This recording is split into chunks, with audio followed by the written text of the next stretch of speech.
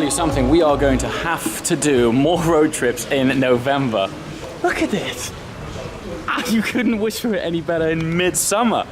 Okay, it's a little bit cooler, but I don't mind that. We're not here to sunbathe. We're here to find some great driving roads, and that's what today is all about. We have actively come to Monte Carlo to use it as a base for a road which is known as the D2202. I call it the Red Rock Road for obvious reasons, but look where we're standing. This is right on the Fairmont hairpin, arguably one of, if not the most iconic corner in F1. Actually, it's quite funny because it's probably the slowest corner in F1 too, but the great thing about being here in Monaco is that you're constantly reminded of how special it is in terms of F1 history. So the idea of today is that we're using Monaco as our base for the next 2 days, and today the sole purpose of it is to drive out up into the southern Alps. I'm not going to describe it to you just yet, but take it from me, if you're into driving and just beautiful scenery, this is definitely one of the best roads in Europe. So, without further ado, let's hop in our RS and do this.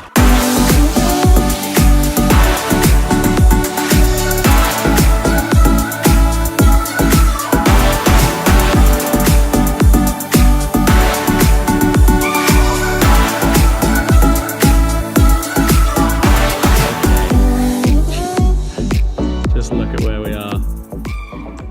Before we get on the road properly, I decided to treat Rich to the hills above Monte Carlo to show him just how spectacular this place is. It's not all glitz and glamour down there. You can come up into the mountains and have a spectacular time just with these views. I mean, this is November. It is every bit, if not as beautiful as when I was here in summer. I'm absolutely blown away. So, what's happened is Rich has made his way up the mountain to try and get a nice photo vantage point.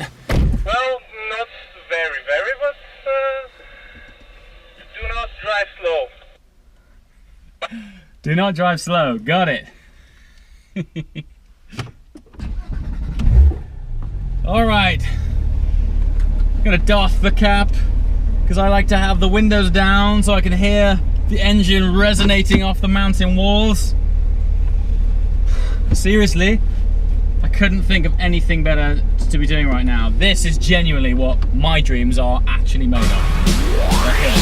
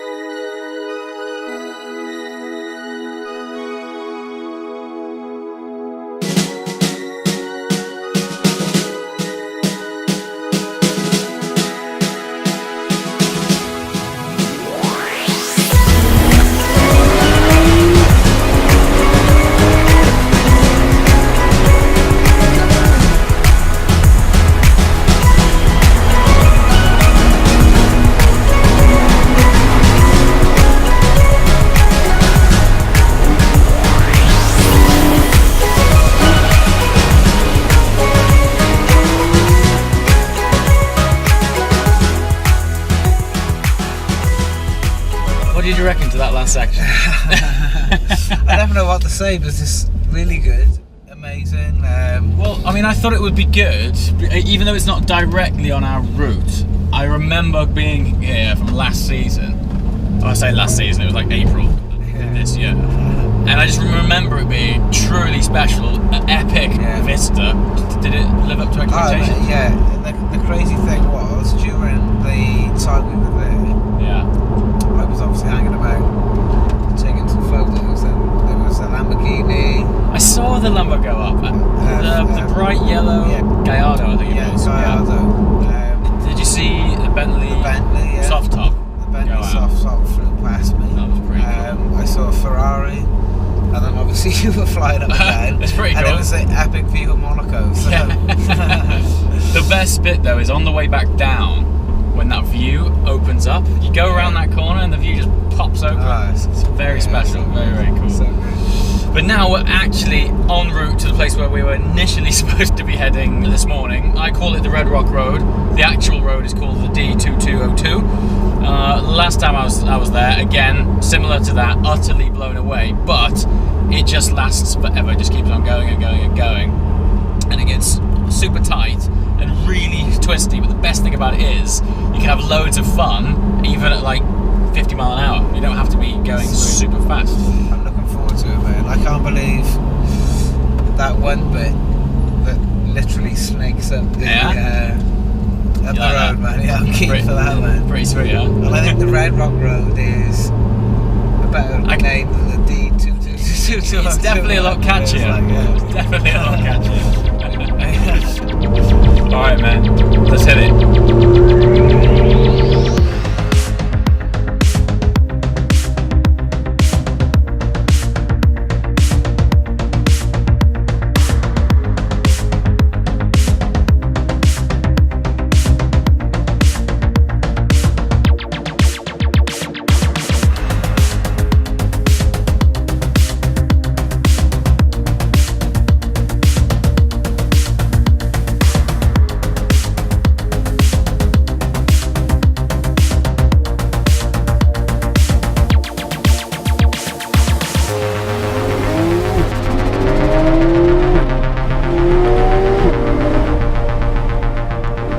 Okay, we have stopped because this is where the magic starts to happen. I've experienced some driving roads all over the world, but this is a road that I keep coming back to time and time again because every time it absolutely blows my mind. And this is exactly the spot where the strata and the rock changes from normal rock to red rock. Look, we have this marking point here, which is this big boulder, and as you can see, it literally goes from white to red rock right here. This is the exact point also at which driving nirvana unfolds. Believe you me, what I'm about to show you, I don't know, it's actually one of the most unique strips of road that I've ever seen. What I'm gonna do is shut up because you're probably just intrigued to see it. Let's jump in the car and give you a front row seat to this action.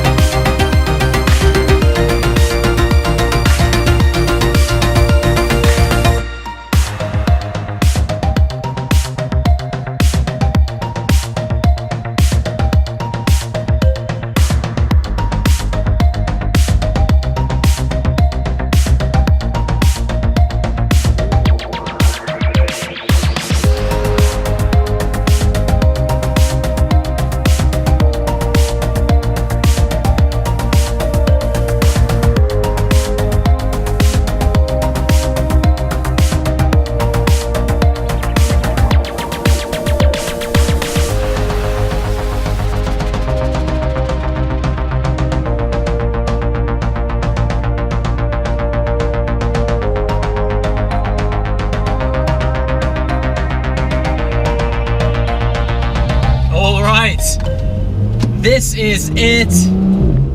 As far as driving roads go in Europe, this is well up there with some of the very best roads that I've driven for sure. I'm not sure if I should talk you through it or just shut up and drive. But honestly, even in November, while this tarmac is cold, the front end of this RS is absolutely planted, like super glue planted. Beautiful. No doubt if we had some really hot, really sticky tarmac, it would be amazing. Oh, the resonations through these tunnels. Oh, it's so special. What's immense about this road in particular is that where it gets really tight and they've had to cut through with tunnels, they've made each tunnel and each bypass one way. So when it gets really tricky, you're not at the risk of meeting any oncoming traffic. Which when you're in a car like this, in situations like this, it's absolutely fabulous. Wow. Whoever, I mean, I assume whenever they built this road, the last thing they were thinking of is this will make a fantastic driving road. It was probably some old pass to get your horse and cart through. I mean, it's that tight. But honestly, honest to God, when you get on it, when you eventually get on this road and you get up it and it's empty, and this time of year is quiet. There's no one here. Lord. Well, they say a picture tells 1,000 words. And I've got 60 frames per second, so I'm gonna shut up, point you forwards, and get on with this magnificent drive.